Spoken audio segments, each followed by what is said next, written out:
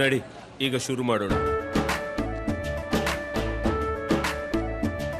ಕೇಸರಿಯಿಂದ ಮನೋಲ್ಲಾಸ ಮನಸ್ಸು ಮತ್ತೇರಿ ಕುಣಿದಾಡಿದೆ ನೋಡು, ಮನಸ್ಸು ಮತ್ತೇರಿ ಕುಣಿದಾಡಿದೆ ನೋಡು. ಕ್ಷಣ ಕ್ಷಣವೂ ಆಚರಿಸಿ ಕೇಸರಿ ಹಬ್ಬ. ವಿಮಲ್ ಬಾಯಲ್ಲಿ ಹೇಳಿ ಕೇಸರಿ. ಈಗಾಗಲೇ ಅವರು ಡಿಪಾರ್ಟ್ಮೆಂಟ್ನವರು ಕೂಡ ಕಂಪ್ಲೇಂಟ್ ಕೊಟ್ಟಿದ್ದಾರೆ, ಕಂಪ್ಲೇಂಟ್ ತೊಗೊಂಡಿದ್ದಾರೆ. CIDನವರು ತನಿಖೆ ನಡೀತಾ ಇದೆ. 187 ಕೋಟಿ ರೂಪಾಯಿ ಯಾವ ರೀತಿ ಟ್ರಾನ್ಸ್ಫರ್ ಆಯಿತು, ಆಮೇಲೆ ಅದರಲ್ಲಿ ತೆಗೆದಿರೋದು 94 ಕೋಟಿನೂ ಇನ್ನೂ ತೆಗೆದಿದ್ದಾರೆ ಅಂತ ಫಿಗರ್ ಇರುತ್ತೆ. ಅವರು 84 ಕೊಟ್ಟರು, ಈಗ ಬೆಳಿಗ್ಗೆ ತನಿಖೆನಲ್ಲಿ ಗೊತ್ತಾಗುತ್ತೆ. ಆಗಲೇ ಕೇಸ್ ತೊಗೊಂಡಿದ್ದಾರೆ. ಕೇಸ್ ತೊಗೊಂಡು ಅದಕ್ಕೆಲ್ಲ ಏನು ತನಿಖೆ ಮಾಡಬೇಕು ಅದನ್ನೆಲ್ಲ ಮಾಡ್ತಾ ಇದ್ದಾರೆ.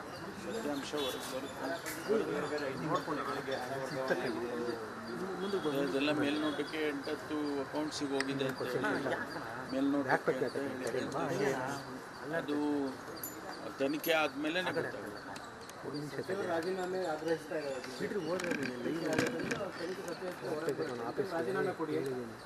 ಅದು ಸರಿ, ಅವರು ಕೇಳ್ತಾನೆ ಇರ್ತಾರೆ. ಒಂದೊಂದು ಘಟನೆ ಆದಾಗೂ ಒಂದೊಂದು ರಾಜೀನಾಮೆ ಕೇಳ್ತಾನೆ. ತನಿಖೆ ಆಗಲಿ, ತನಿಖೆಯಲ್ಲಿ ಅವರು ಮೌಖಿಕವಾಗಿ ಆದೇಶ ಕೊಟ್ಟಿದ್ದಾರೆ ಅಂತ ಹೇಳಿ ಹೇಳ್ತಿದ್ದಾರೆ. ಅದು ತನಿಖೆನಲ್ಲಿ ಗೊತ್ತಾಗುತ್ತೆ ಏನು ಆದೇಶ ಕೊಟ್ಟಿದ್ರು. ಒಂದು ವೇಳೆ ಕೊಟ್ಟಿದ್ರೆ ಯಾವ ರೀತಿ ಹಣ ಅವರ ನಾಲೆಡ್ಜಿಂದ ಹಣ ಹೋಗಿದೆಯಾ ಅಥವಾ ಅವರೇನಾದರೂ ಸೂಚನೆ ಕೊಟ್ಟಿದ್ರೆ ಅದೆಲ್ಲ ನೋಡ್ತಾರೆ. ಮೌಖಿಕ ಸೂಚನೆ ಅದೇ ತನಿಖೆ ಆಗಬೇಕಲ್ಲ. ಅವ್ರು ಬರೆದಿರೋದು ನಿಜ, ಅವ್ರು ಬರೆದಿದ್ದಾರೆ ಅಂತ ಹೇಳಿದ್ದಾರೆ. ಆದರೆ ಈಗ ಅದು ತನಿಖೆ ಆಗೋವರೆಗೂ ಅದು ಪ್ರೂಫ್ ಆಗೋದಿಲ್ಲ. ಹಿಂದೆ ಸಂತೋಷ್ ಪಾಟೀಲ್ ವಿಚಾರದಲ್ಲಿ ಇದೇ ಪ್ರಶ್ನೆ ಇದ್ದಾಗ ತನಿಖೆ ಆಗೋ ತನಕ ಈಶ್ವರಪ್ಪನವರು ರಾಜೀನಾಮೆ ಕೊಡಿ ಅಂತ ಹೋರಾಟ ಮಾಡಿದ್ರು.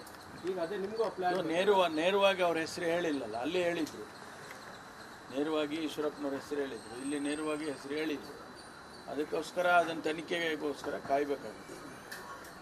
ಸರ್, ಈಗ ಇದ್ರದ್ದು ಬೆಳ್ಳೂರು ಪ್ರಕರಣದ ಸರ್ ಒಬ್ಬರು ಸಬ್ ಇನ್ಸ್ಪೆಕ್ಟರ್ನ ಸಸ್ಪೆಂಡ್ ಮಾಡಿದರೆ, ಬಟ್ ಅದು ಏನು ಕರ್ತವ್ಯ ಲೋಪನ ಏನು ಯಾವ ಬೆಳ್ಳೂರು ಬೆಳ್ಳೂರು ಕರ್ತವ್ಯ ಲೋಪ ಇದ್ದಾಗ ಈಗ ಅಧಿಕಾರಿಗಳನ್ನು ಸಸ್ಪೆಂಡ್ ಮಾಡೋದು ಯಾವ ರೀತಿ ಮಾಡ್ತಾರೆ?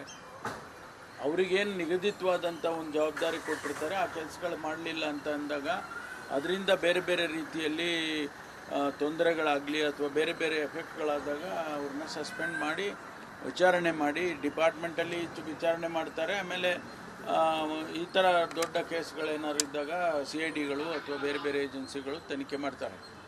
ಮಾಡಿದಾದ್ಮೇಲೆ ಗೊತ್ತಾಗುತ್ತೆ. ಆದಮೇಲೆ ಅವ್ರದ್ದೇನು ಪಾತ್ರ ಇಲ್ಲ ಅಂದರೆ ಸಸ್ಪೆನ್ಷನ್ ರಿವೋಕ್ ಮಾಡ್ತಾರೆ.